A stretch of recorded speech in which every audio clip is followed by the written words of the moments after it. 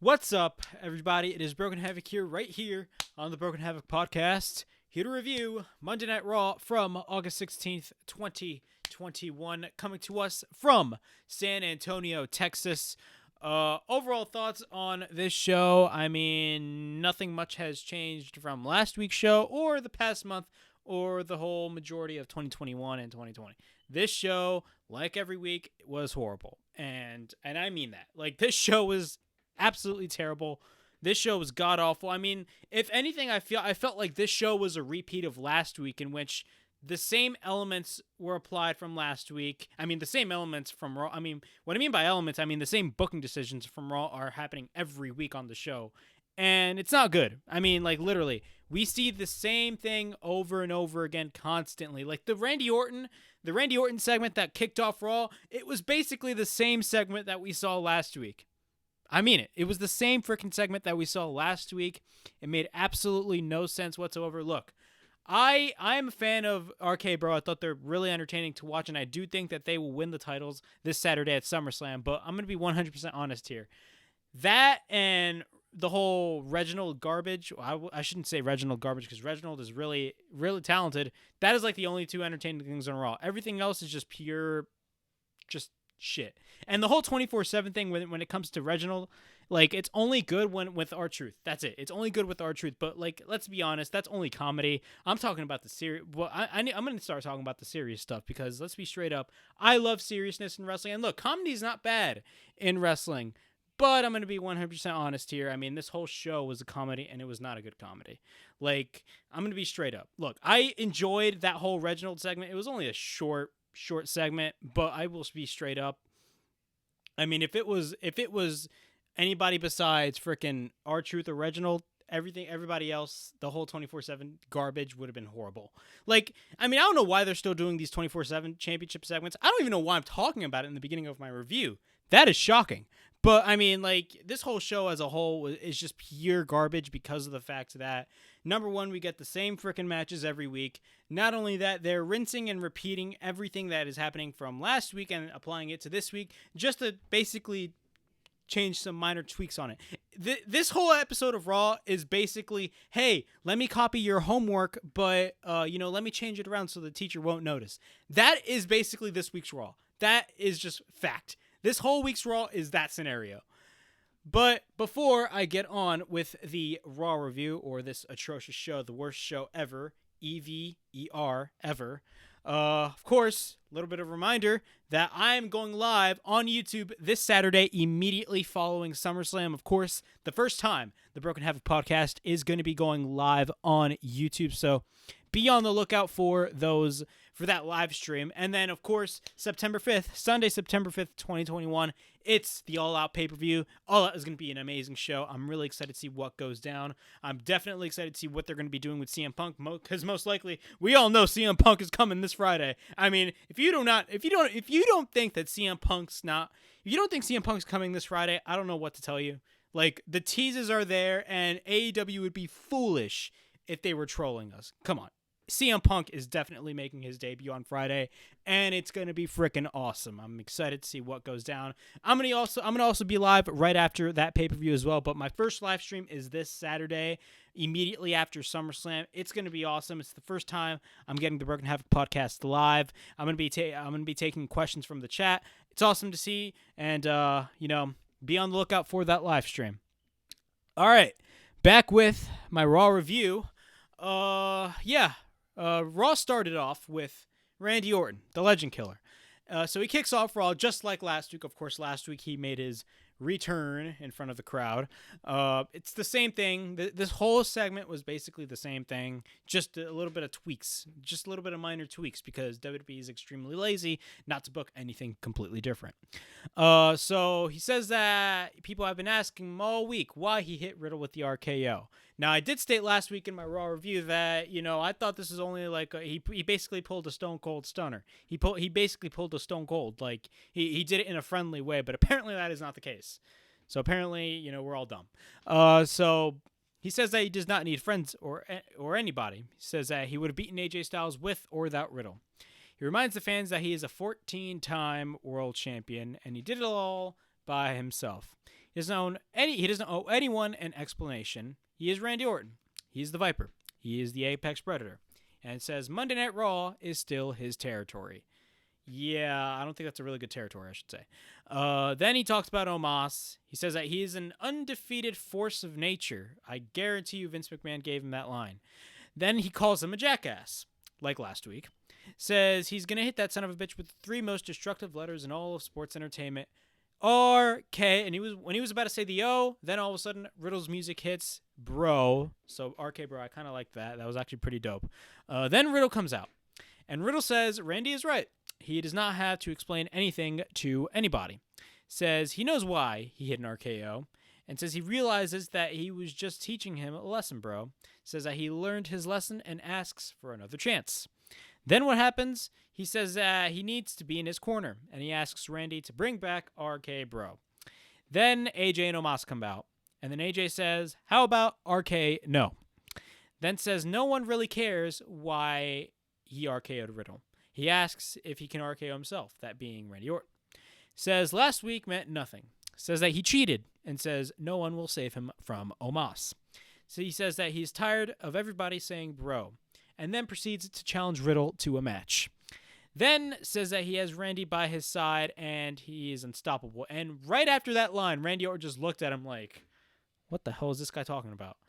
So we got Riddle versus AJ Styles. Again, last week we got Randy Orton versus AJ Styles. This week we got Riddle versus AJ Styles. That is the typical way that WWE books tag team wrestling. Like literally, we see this with Mansoor and Ali, with T-Bar and Mace all the freaking time. Like there's different variations of this match before we get an actual match. Like they're doing this.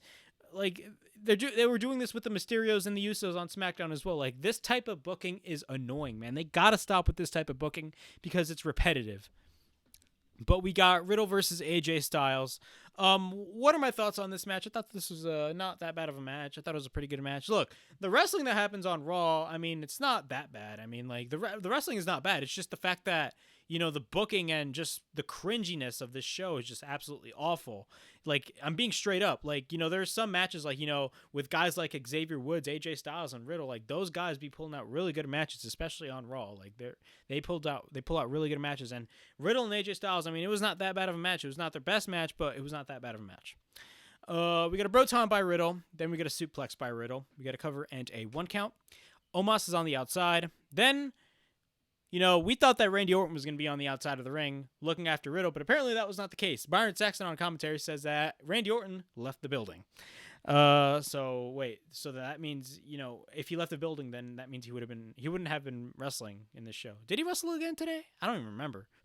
That's the crazy thing, bro. This show, I completely forgot what happened on this show. Like, like it'll show you how uninteresting this show is. Like, this show is just like, I don't even remember if he was wrestling, but whatever. We got to cover in day 1 count. Omos is on the outside. So Orton left, right? And then AJ works on Riddle. We get an arm drag by Riddle. We get a kick by Riddle. AJ catches the knee of Riddle after that. Then we get a dragon screw takedown by Styles. Riddle applies an inside cradle. We get a near fall. Then Riddle applies the triangle submission. After that, Styles gets taken to the outside. Riddle is on the apron. We get a right forearm by Riddle on the outside. Then Riddle hits a running kick on Styles. Riddle takes out Riddle with a modified springboard suplex on the with a modified springboard moonsault from the outside. My apologies. Once we're back from commercial break, then Styles takes Riddle to the corner. AJ misses a forearm. Then Riddle with a forearm in the corner. Then Styles proceeds to fight back. Then he picks up Riddle. Riddle escapes and hits a German suplex. The shoulders were down, but we get a near fall. Then after that, Styles with his famous phenomenal blitz. Then we get a tilt-a-whirl backbreaker by AJ Styles after that, which looked pretty sick. We get a cover and a near fall. Styles is about to hit the Styles Clash, but Riddle counters with a kick. Riddle misses the Broton. Then Styles applies the Calf Crusher. Then Riddle gets his hand on the bottom rope for AJ to break the hold. Then Riddle with a kick to the jaw of Styles. Then he hits an exploder suplex after that being Riddle. Omos is staring at Riddle on the outside.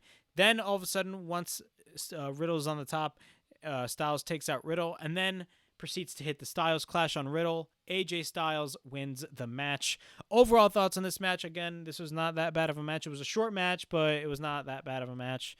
AJ Styles and Riddle are really good in-ring workers. They always pull out really good matches, regardless if the show is really terrible.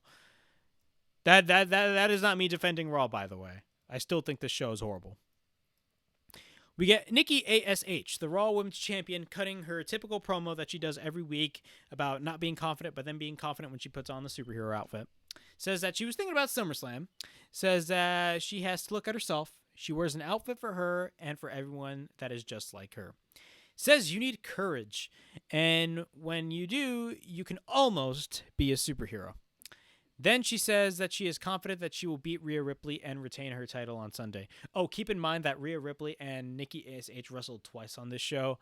Yeah, that is lazy booking right there, but I'll get into that later on. So we got Nikki Ash versus Rhea Ripley in a freaking rematch from last week, which ended in a DQ because WWE loves having DQ finishes in their weekly television shows every freaking week.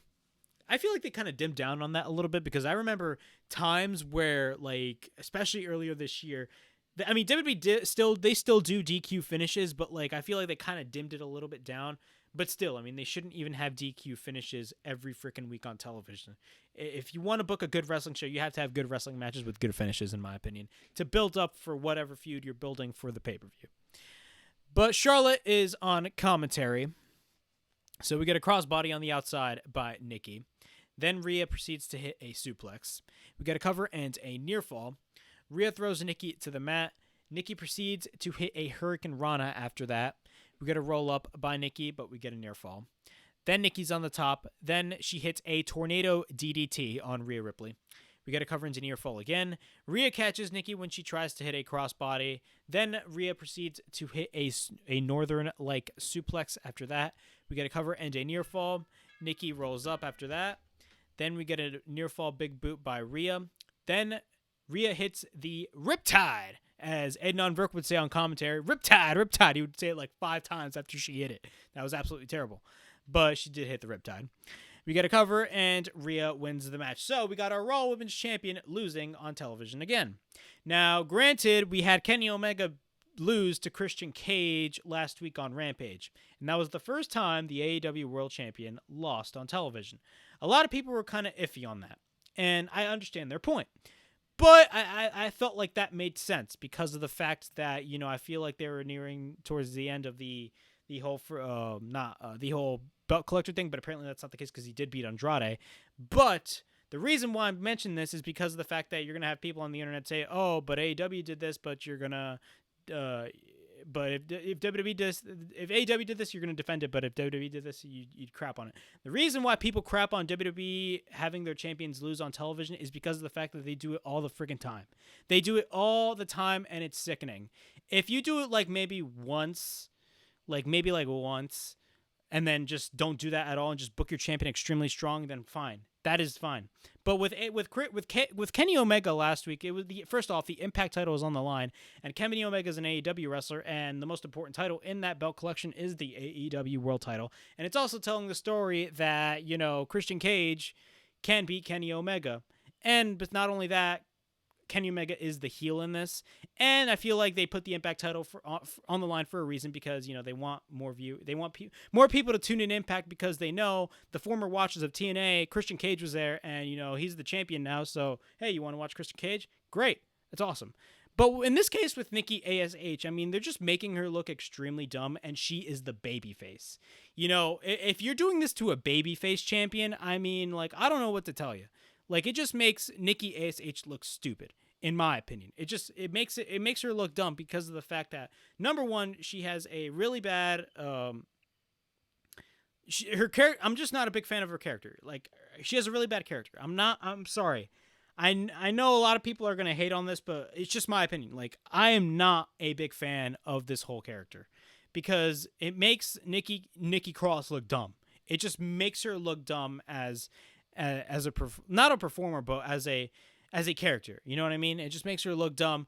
And then when she lost to Charlotte on the first week, they made her lose the first week after she won the title via the Money in the Bank cash-in, they made her lose a match with Charlotte, and then after that she's like, "Oh, I can beat you," blah blah blah blah blah. But at the same time, this is the babyface. If she was a heel, I'd understand, but at the same time, she is the babyface. When it comes to Kenny Omega, like, there are many different scenarios why I thought it worked. But when it comes to this scenario, there's not a lot of reasons why this works. You have a title match on pay-per-view, and, yes, AEW did give away their, and, if you guys can see, I'm really kind of making comparisons to AEW and WWE booking right here. But when it comes to AEW, yes, they did give away Kenny Omega versus Christian Cage for free because that match is going to happen at All Out. But at the same time, I felt like it made sense because of the fact that, Kenny Omega has multiple titles. Who has a history and impact? Hey, you're going to give the title to Christian? Great. That's awesome. And you're also telling the story.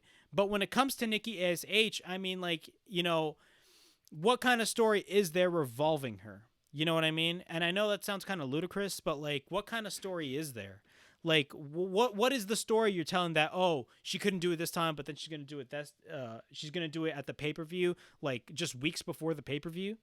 It makes absolutely no sense. Now, granted, All Out is in a couple weeks too, and when it comes to the AEW side of things, when it comes to Kenny Omega, but I feel like the story is there, and there's a lot of titles that you can revolve this whole feud around of. Now, in Nikki Cross's point of view, and I know I'm kind of confusing the viewer, and I apologize, but in Nikki Cross's point of view, I feel like, WWE, when it came to this whole booking, when they were building towards this triple threat match, I feel like they were, they're just giving the whole match away in the span of a few weeks. And what I mean by that, you got Charlotte versus Nikki A.S.H. twice, and then we got Rhea Ripley versus Nikki A.S.H. twice. What the hell is it? Why are you doing that? You're giving the match away over and over and over again in my eyes.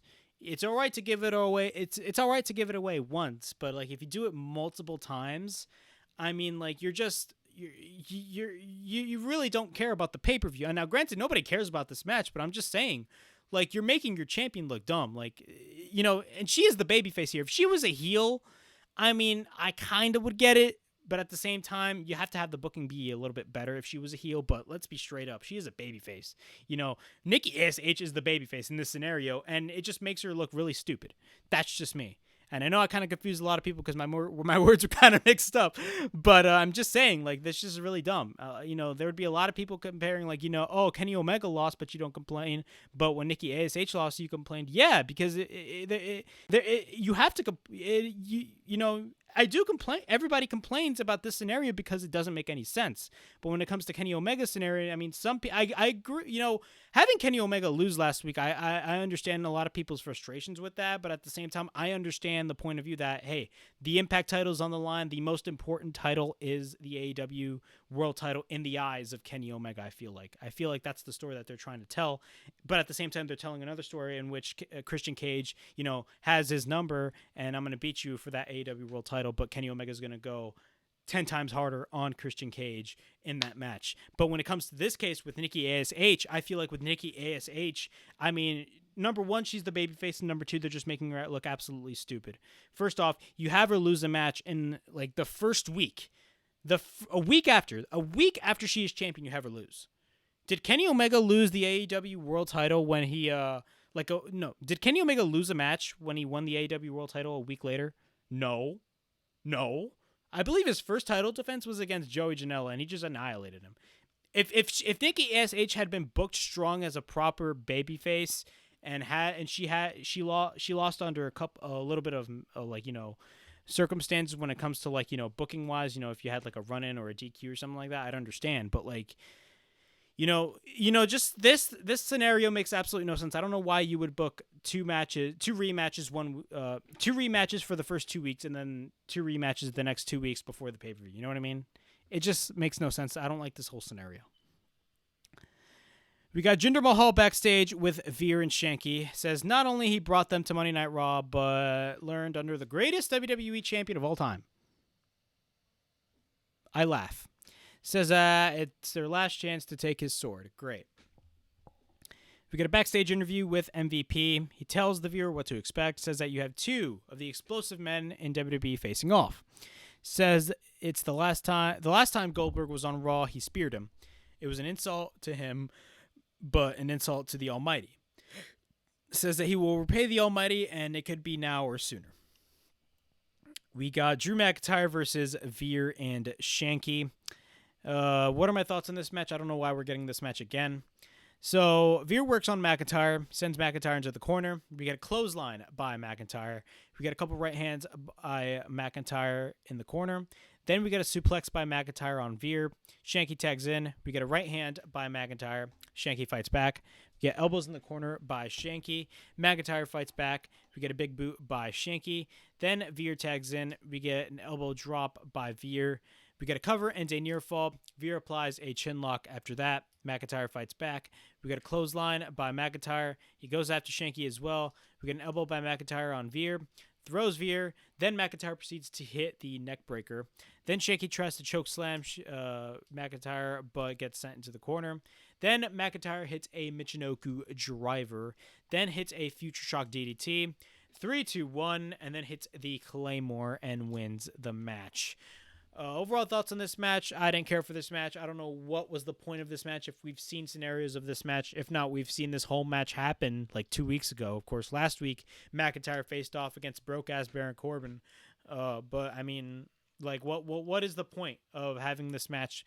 You know, we've seen this match already. Get with the program. Do, like, a contract signing or something like that. Now, granted, nobody cares about this match as well, but, like, at least try to make it interesting. If you constantly book rematches with the same freaking people every week, that is not a good build to a match at a pay-per-view. That's just me. Like, do a contract signing or something like that. Like, do something different for once. WWE needs to do something different in my eyes. Like, don't do that. Don't be like, all right, 1 week, you know, McIntyre will face Shanky, and then the next week he will face off against Veer, and then the next week he is going to face both of them, and then the next week he's going to face both of them in a rematch. Like, they do this with every one of their feuds, and you wonder why, you know, not only me, but other people complain about the WWE product. A lot of other podcasters, a lot of other, you know, YouTubers complain about the WWE product. It's because things are repetitive. And the reason why a lot of people defend AEW is because of the fact that, you know, things make sense on that show. And Tony Khan knows what he's doing. You have 40 freaking writers not even knowing what the hell they're doing. 40 freaking writers in WWE not knowing what the hell they're doing. Like, it makes absolutely no sense. But in AEW, look, you have writers in WWE, and in AEW, you have bookers, period. That's all I have to say. You have writers in WWE, and you have bookers in AEW. But after the match, McIntyre, after that, he grabs the mic. McIntyre grabs the mic. Says that he puts the sword in the corner. Says that it appears that he will have his goons in ringside at the pay-per-view. Says Shanky wants to say something, and says that he is sorry and wishes that he can be a badass like Drew McIntyre. So that means basically he puts the mic on Shanky, and then McIntyre just, you know, just acts like he's Shanky and says all this stuff. Says he hopes he beats Jinder at SummerSlam, and he's known Jinder for over 10 years. Says he's going to embarrass him at SummerSlam, and he's going to create a moment at his expense that will live forever. Then he asks the crowd who's going to win at SummerSlam. Your typical WWE babyface doing this type of stuff. Is it going to be Jinder Mahal? The crowd boos. And then is it going to be Drew McIntyre? Then the crowd cheers. Great. All right, we got Sonya Deville and Adam Pearce backstage. Charlotte comes in and she's complaining about getting attacked after the match. Sonya says that she either can get her revenge in 5 days at SummerSlam or have a tag team match sanctioned. Charlotte reacts like she's like extremely pissed off. She doesn't want it to happen, but leaves out of nowhere. So apparently she's going to be finding a tag partner. Spoiler alert, that tag partner is going to be Nia Jax. Oh, yeah, and by the way, if I didn't mention this, I think I did, but Rhea Ripley and Nikki ASH are going to wrestle again. Like, yeah. They're going to wrestle again. We get an Elias is Dead video package. It is the same video package that we have seen last week. So apparently somebody in the truck made a mistake because we got another Elias video package this week. So apparently somebody made a mistake. Somebody in the truck made a mistake, but it was the same video package of Elias as last week. Well, what do I think they're going to be doing with Elias? I don't even know what the hell they're going to be doing with Elias, to be honest. I mean, he's just going to, you know, have some momentum coming in maybe for like the first week or two, and then he's just going to dim down and he's just going to act like a jobber. Because that's what WWE does. That's what they do all the time. We got John Morrison being the host of Moist TV, the first edition of Moist TV. Yes, we got a talk show, Moist TV. with special guest The Miz.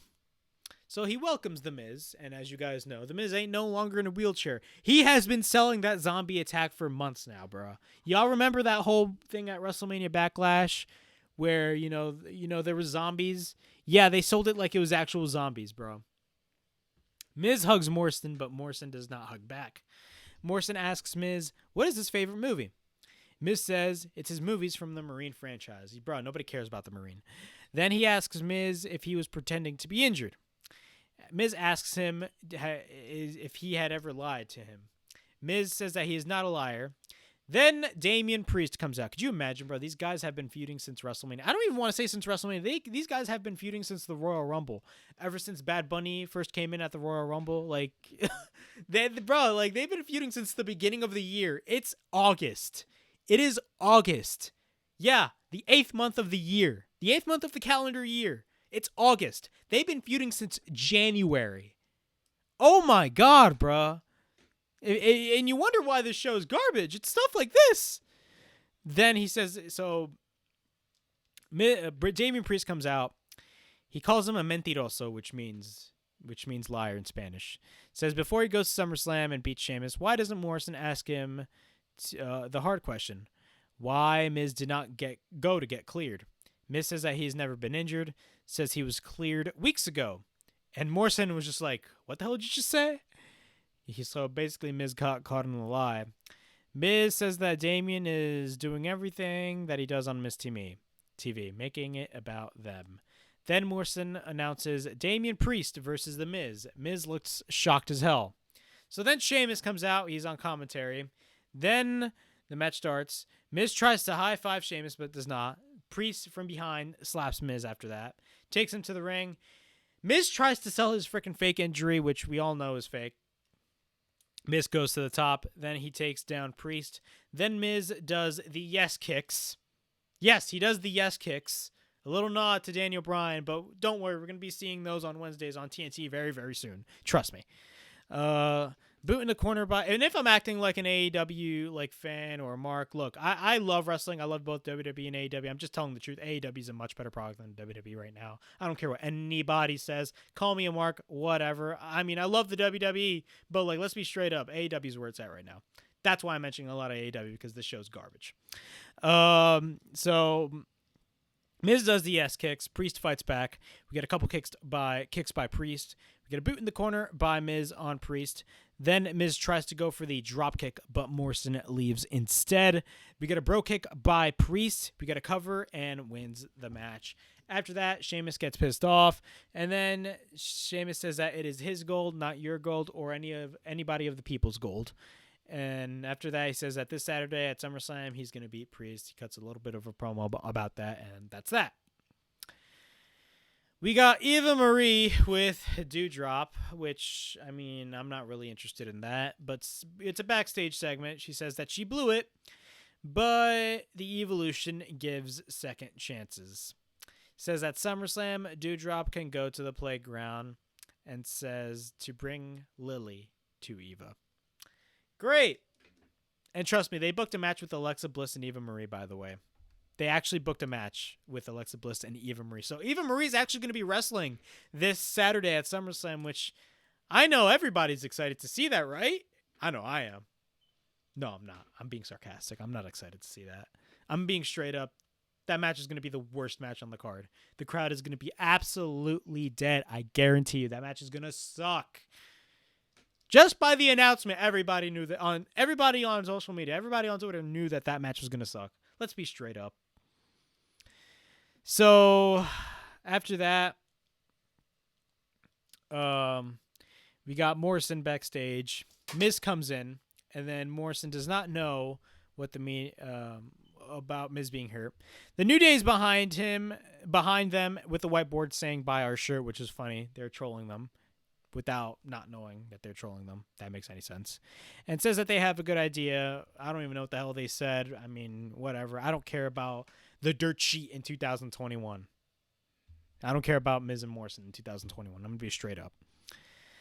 So we get Alexa Bliss with Lily backstage. Says that they are excited for SummerSlam this Saturday. It says, imagine being like Eva Marie. Dewdrop comes in, snatches Lily from Alexa Bliss, stares at Lily and looks scared and gives it back to Alexa Bliss. This whole show is a horror movie. This whole show's a horror movie, bro. It's the funniest thing ever. All right. We got Mace and Mansoor. I definitely knew that this match was happening because of the fact that last week we got T-Bar versus Mustafa Ali. And last week on my Raw review, I was like, I guarantee we're going to be getting Mace and Mansoor next week. And lo and behold, we got Mace and Mansoor this week. Mansoor goes after the leg of Mace. Mace throws Mansoor after. We get an overhead suplex by Mace. Then Mace works on Mansoor. We get a kick by Mace. We get an elbow drop by Mace, but Mansoor escapes. Mansoor fights back. We get a couple chops by Mansoor.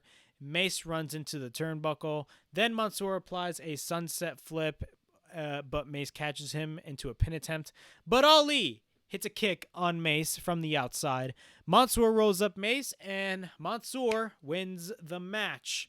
Overall thoughts on this match. This was a really short match. I don't know why this match is happening. How many times have we been seeing Mustafa Ali and Mansoor versus T-Bar and Mace? For how many weeks? Like 5 weeks now? Like, what is the point of this match? Like, literally, what is the point of this match? Like, seriously. There's no reason as to why they should book this match. There's no reason. There's absolutely no reason. This makes absolutely no sense. T-Bar and Mace are still the overscripted jobber squashers because that's what they are. They're the overscripted jobber squashers, and they will always be jobbers if they remain on the main roster. Trust me. Dominic Dijakovic had some really good-ass matches in NXT. Then you bring him up, and, you know, what happens? You make him look like a jobber. They're all jobbers. Oh, my God. AJ Styles and Mansoor... No, we got AJ Styles and Omas in a backstage interview. Omas says that he's going to kill the legend of Randy Orton. And AJ says that Omas is the new legend killer. So we got Omas versus Randy Orton. Oh, yeah, and can I mention that the commentary team on Raw is absolutely atrocious. And I know I say that like every week, but like I feel like it's the case on Raw, but like this is WWE commentary. This is WWE commentary in a nutshell. Look, this is the commentary team in WWE. Look at that strength. Look at that mass of Omas. Like look at this huge man. Like they be just talking about his size all the freaking time. Not only that, they always like every time when like someone like a mega babyface like Drew McIntyre comes out, look at the strength of Drew McIntyre. Like they always say that all the time. Like Byron, like I'm gonna be honest, I am not a fan of Byron Saxton. This is not a knock on Byron Saxton personally. I just do not like his commentary. Since 2016, 2015, I was never a big fan of his commentary. This guy should just do a backstage like interviewer role, which is fine for him. But on commentary, I know he's only doing color, but still, like color is still equally as important as play-by-play, and Byron Saxton just doesn't fit it for me. Corey Graves is handling that whole commentary team. Jimmy Smith is great, but he sounds like a guy voicing a freaking toy commercial, in my opinion. That's what it sounds like. No offense to Jimmy Smith. I'm just being honest. I'm not a fan of this commentary team at all. Like, the SmackDown commentary is much better than the Raw commentary team. Like, Michael Cole eventually grew on me when they first added in Pat McAfee, and Pat McAfee is just amazing at what he does. But this whole commentary team on Raw is atrocious. It is really bad. But we got Omas versus Randy Orton. Orton tried to go for the RKO, but Omas pushes Orton out. Orton tries to go for the right hand, but Omas holds on Orton's fist. Omas picks up Orton, then proceeds to slam Orton. After that, Omas is crushing Orton after that. Orton tries to fight back. We got a shot to the back of Orton. Omas sends Orton into the corner. Omas runs into the corner after that. Then what happens? Omas tries to fight back, but Omas gets back at Orton. Sends Orton into the corner. Omas again runs into the corner when Orton ducked. Then Orton tries to go for the RKO, but Omas shoves Orton outside of the ring. AJ, after that, who is on the outside, takes out Orton. The referee rings the bell, and the match ends in a disqualification. Great. Why are we getting disqualifications on this show, bro? I don't understand. What is the point of having disqualifications in a wrestling show on television? You're just boring the viewer. Because then they're going to ask themselves, why the hell am I watching this match if I know it's going to end in disqualification? I mean, come on, man. Simple stuff like that they need to work on. AJ takes Orton back in the ring. Omas takes Orton to the outside. Then Omas sends Orton over the barricade. Omas takes Orton back in the ring. Riddle comes out. After that, he drop kicks on Omas. He hits a drop kick on Omas. Then we get a knee to the jaw of Styles when Styles tries to go for the phenomenal forearm. Riddle picks up Orton. Then Orton grabs the mic. Orton says, "Respect is something that must be earned," and says that he does not respect him today. Orton says Riddle earned his respect after helping him. And then Orton says, "RKBro is back," and the crowd reaction was amazing. The crowd went apeshit, to be honest. And, after that, Orton shakes his hand and gives Riddle a hug. Then Riddle says, "Orton, you make me so happy." And then Riddle says RK-Bro will challenge AJ and Omas for the Raw Tag Team titles. What are my thoughts on this little segment that happened after the match? I enjoyed it. It was not bad. I really liked the crowd reaction. I do believe that Randy Orton and Riddle will be the Raw Tag Team Champions come this Saturday at SummerSlam. I mean, do I think the match is going to be good by any means? I mean, you got good workers in Orton and Riddle and Styles.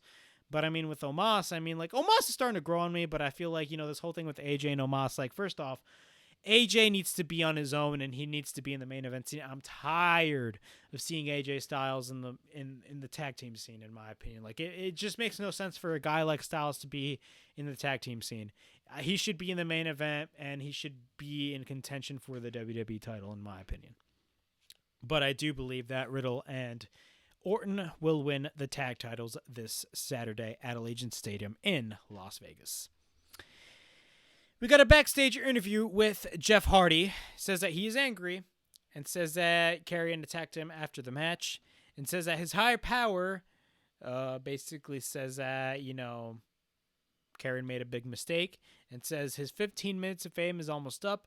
Then all of a sudden, what happens? Cross immediately attacks Jeff Hardy in Gorilla out of nowhere. Then, what do you know? We get another rematch, our third match with Jeff Hardy versus Karrion Kross.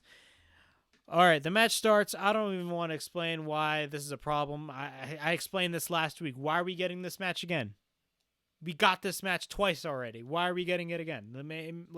What is the point, bro? Again, this whole show is just a repeat of last week. This makes absolutely no sense. Hardy goes after Kross. Hardy hits a dropkick, then tries to go for the twist of fate, but Kross applies the cross jacket rear naked choke. Hardy taps out, and Kross wins the match. Match was extremely short. What the finish from last week's match and the finish of this week's match should have happened from their first match. But, of course, Jeff Hardy beat, the main roster, Vince McMahon, Bruce Pritchard, all these guys the writers wanted Karrion Kross to lose in 2 minutes, and forgot to mention, he is the NXT champion, so what is the point of having Karrion Kross, who is your NXT champion, who is currently feuding with Samoa Joe, be on Raw? There's no continuity when it comes to NXT and the main roster. It is baffling to me, and I don't watch a lot of NXT, but at the same time, I know how good of a product NXT is. There's just no reason for me to watch the damn show. There's just no reason for me to watch the damn show knowing that, once a talent gets called up that you love from NXT, they're doomed. It's more of a demotion than a promotion, people. Remember that. All right. Eva Marie is backstage with Doudrop. Eva is angry that she did not return the doll, and then Eva slaps Doudrop twice. Great. Oh, yeah, and we also got the match with Alexa Bliss and Eva Marie at SummerSlam, which I'm not excited for. I'm going to explain more of it in my predictions video tomorrow, so be on the lookout for that. Reggie is at the park. Again, this is one of the highlights of Raw. I will say I kind of enjoyed this segment. It's guilty pleasure, but I enjoyed it. Because it was kind of funny with R-Truth. If R-Truth is in something, I will say, I will enjoy it. I will admit it. I will say, I will admit it. I don't care what anybody freaking says. I enjoyed this, okay? Reggie's at the park. Then, all of a sudden, R-Truth is disguised as a whole soldier and chases Reggie along with Akira Tozawa. Now, I don't know why Akira Tozawa was there, but, again, Reggie's on Xbox mode, as R-Truth stated last week. But that was pretty funny to see. All right, we got Nikki A.S.H and Rhea Ripley versus Charlotte and Nia Jax, who is the mystery partner for Charlotte. First off, why is Nikki A.S.H and Rhea Ripley wrestling again? They just faced off in a match, and which saw Rhea Ripley beat her clean, but like this makes absolutely no sense. The match starts. Nia goes after Nikki. Nikki tries to go for the sleeper. We get a hip attack. Blah blah blah. I don't care about this match at all. We get a natural selection by Charlotte and wins the match. This whole match made absolutely no sense in my opinion. I don't understand. Like, they wrestled twice. What is the point of this match? You know what I'm saying? We got Goldberg and Bobby Lashley face-to-face. Says that there is something important he needs to address. He talks about the promo MVP and Lashley cut last week. He introduces his son and puts him over. Then he says he's the reason he came out of retirement. Says he needs to experience who Goldberg is. Then MVP and Bobby Lashley come out. Says Goldberg is doing a lot of talking. Then after that, he says that he is outmatched. My bad if I moved the camera. It's just like something was like kind of on the camera. My apologies. But he says he thought he could come out and be the Goldberg of old. He says the first time in his career he ran down the man that is more dominant than him. Says that he ran down the almighty champion Bobby Lashley. Lashley grabs the mic. Says he gave him every opportunity to bow down. Says that he's too stubborn and hard-headed. Says he plays by his house rules, and he's going to give him that moment. Says his career will be ended by the almighty WWE champion because when he steps into this ring, he steps into the house of Lashley, and then Goldberg says that that's bullshit. That's how he says it. Lashley tries to go after Goldberg, but Goldberg hits Lashley with the spear instead, and the show ends. What are my thoughts on this? I thought this was not that bad of a segment, but let's be honest. Does anybody care about this match? I know I don't. I don't care about this match at all. Like, this match with Goldberg, I mean, is only going to last 3 minutes. Like, am I right? Like, that match is at least going to last 3 minutes. Goldberg ain't going 10. He is not going 10. But yeah, that was my Raw review, overall thoughts. I thought this was a terrible show. The show absolutely sucked. But yeah, be on the lookout for my Dynamite, my Rampage and SmackDown reviews, and my live stream coming up this Saturday. Please like, subscribe, comment down below, push that bell for notifications. Follow me on social media at The Broken Havoc Podcast or at The Broken Havoc 0305. And this is Broken Havoc from The Broken Havoc Podcast. Signing out.